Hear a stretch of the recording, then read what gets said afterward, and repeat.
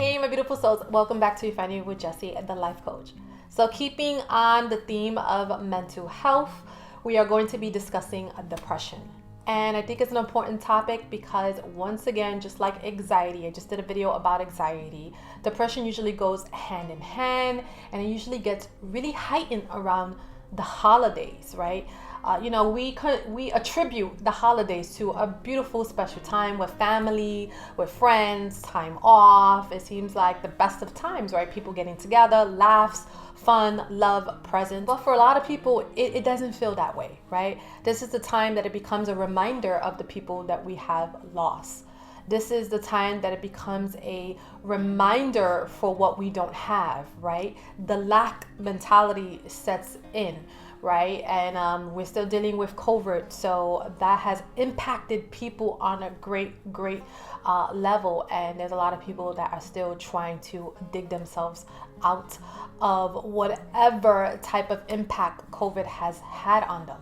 So at this time, levels of depression are super high, and I just want to make everybody aware of when to seek help, to monitor their mental health so they don't fall into levels of depression, and just some signs and some information to become aware of, right? And the thing is with depression that it can happen at any time. Right now you could be the happiest person and living your best life, and then boom, something happens that takes you off balance and creates a lot of instability in your life, and your emotions can go haywire. You could lose control and you could become very depressed. So this video is going to be for anyone at any time dealing with great amounts of sadness, and then it kind of rolls into depression. So it's a great for awareness, and a great for people who need to hear, hey, you might need some help. So let's talk a little bit about depression and some of the facts.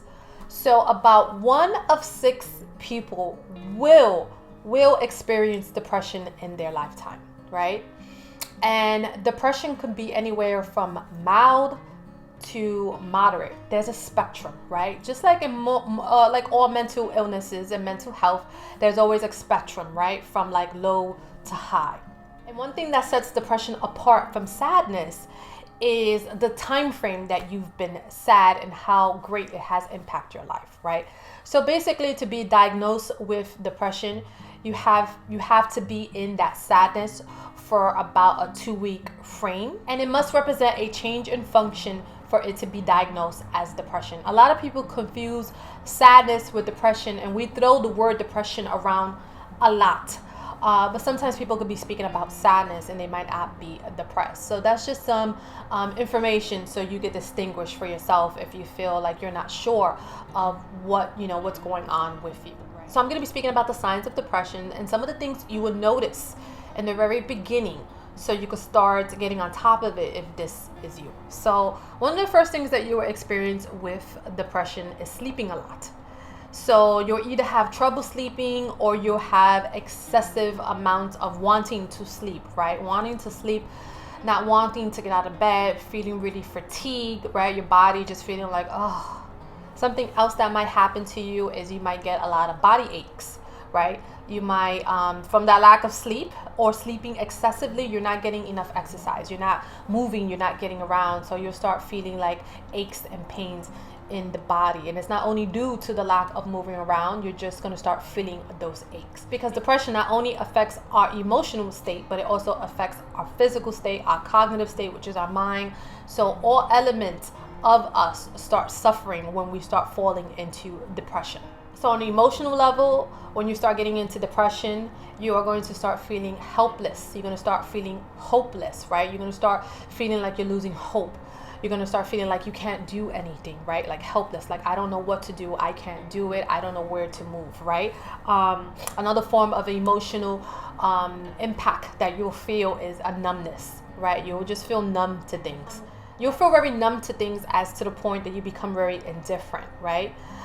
You'll start losing interest in a lot of the hobbies or people or things you used to want to do or be around. So that's a big one that becomes very heightened when you start feeling depressed. You'll start losing interest in everything. You don't want to go nowhere. You don't want to do anything. People are calling you up, and you have no interest to be around people. You'll start pushing people away. You'll start not wanting to have conversations. So those are usually the first signs, and those are ways to start managing your mental health and your depression if that is you.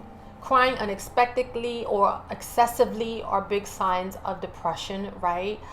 Just because your emotions are all over the place. So, there has to be an outlet for it. So you might be crying. It might be due to that hopelessness, that helplessness feeling that you have. Changes of appetite is a big one. You might be losing a lot of weight, right? Because you don't have the energy. You don't have the willingness to take care of yourself. You become numb to life. You become numb to your situation. You become numb to what's going around you. So majority of the time you don't have the energy, or you don't have the willingness to get out of bed and take care of yourself. And that's another sign that you notice with depression. So just your physical appearance and taking care of yourself, all of that is going to dwindle. Like if you're into doing your hair and wearing makeup and taking care of yourself, the way you dress and putting a lot of attention into that, all of that is gonna decrease. You're not gonna care about that, right? So your physical appearance is just gonna dwindle, right? Your space, like your house, your home, all of that is going to be in chaos. It's going to be very disorganized. It might be uncleansed. You're not having that feeling to want to clean, or you don't have the energy once again because you're sleeping too much, right? Or you're not sleeping enough. When we speak about depression, we are speaking about it taking our whole world upside down. It's going to affect how we feel. It's going to affect how we think, and it's going to affect how we act. It's going to hit us in every single category, and it's going to affect us on an emotional level and a physical level, and it can lead to a variety of emotional and physical issues, problems, and complications, right? So this is the thing with depression, anxiety, and all forms of mental health. We usually overestimate our ability to handle it. When you start noticing that sadness is excessive and it's just been going on for too long, and you take a look around and you take a look at yourself and you're realizing the decline of yourself, right? You start feeling that real hopeless feeling like you can't go on. And at times when we become very depressed, we can have thoughts of suicide and self-harm. And those are the categories that you want to start reaching out for help. Once you start realizing there's a decrease for the ability to function and start showing up for life, and you start creating maladaptive behaviors to cope with it, or there's a lot of addictions coming up, that's when you need to start seeking help, right? That's when you start realizing, you know what, this is a bigger problem than me and I need some help.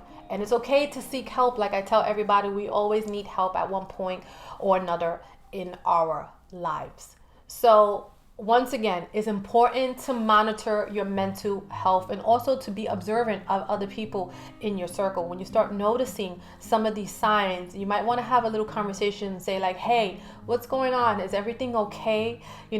Sometimes we don't want to interfere and interrupt other people's lives, and we feel like it's better to back off. But sometimes they might be just waiting and hoping that someone will notice and reach out and help them, assist them, right? Reach out that helping hand and say, here, I'm right here. You're not alone. And I think that's the main thing with mental health, is that people want to know that they're not alone. And it's also important for people to know that they're not the only ones who's ever experienced this. Once again, 1 of 6 people will go through depression in their lifetime. I actually came on here and spoke myself about having a decline in my mental health and having a stress disorder and all that stuff. And I went through forms of depression, right? When my mom passed away. It happened to the strongest of people. It has no impact on your strength and your availability of how you show up for life. There's just some things that they come and they just shake us, right? The trauma of it, the unexpectedness of certain things that come into our life and shake us up. We're not prepared for it. And sometimes it just swallows us whole. And it's okay to say, you know what, I've been there too, and I was able to get out of it. And also say, you know what, I needed help, right? I need help. So that's the first step, to make sure you're monitoring your mental health. That's super important. And make sure that if you're noticing the signs, the easier and the faster that you catch these types of behavior changes within yourself, you're able to rectify it. And so that's one thing I was able to do for myself because I know the signs, right? I have a degree in mental health. I have a degree in psychology. I'm also very spiritual. So I was able to monitor and be reflective of my own changes and able to get myself out of it. But not everybody has those capabilities. Not everybody has those tools. Not everybody has the proper resources. And when you don't have it, it's important to say, I don't know what's the next step. I need help. I need assistance, and seek that out for yourself, right? And seek professional help if you need it.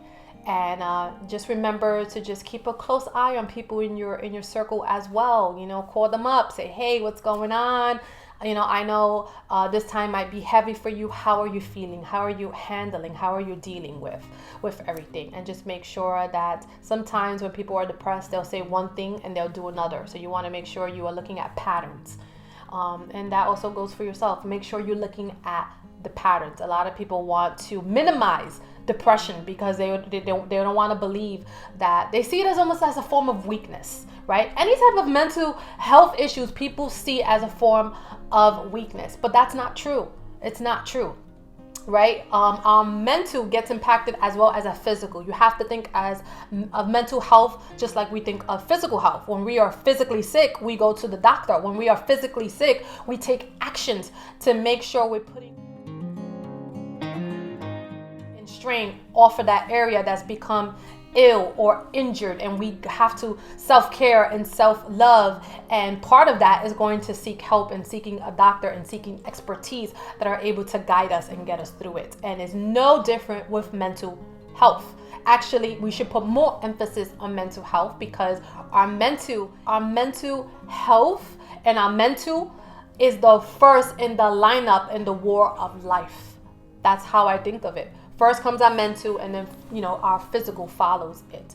So, of course, we take a lot of hits to it. So we have to make sure that we are managing our mental health, and we have to make sure that we are being reflective and giving us the self-care that we need. So, my beautiful souls, that is all I have for you today. I am sending everybody some light and love, kisses and smooches, and I just hope that if you are in grief and sadness, that you're able to pick yourself up, and if you're not, you're able to seek the help that you need. Never feel shame, never feel guilt, never feel embarrassment. Okay, just make sure that you are moving forward. That's the important thing. And if you can't do it for yourself, seek out people who can help you. And I will see you all in my next one. Bye, my beautiful souls.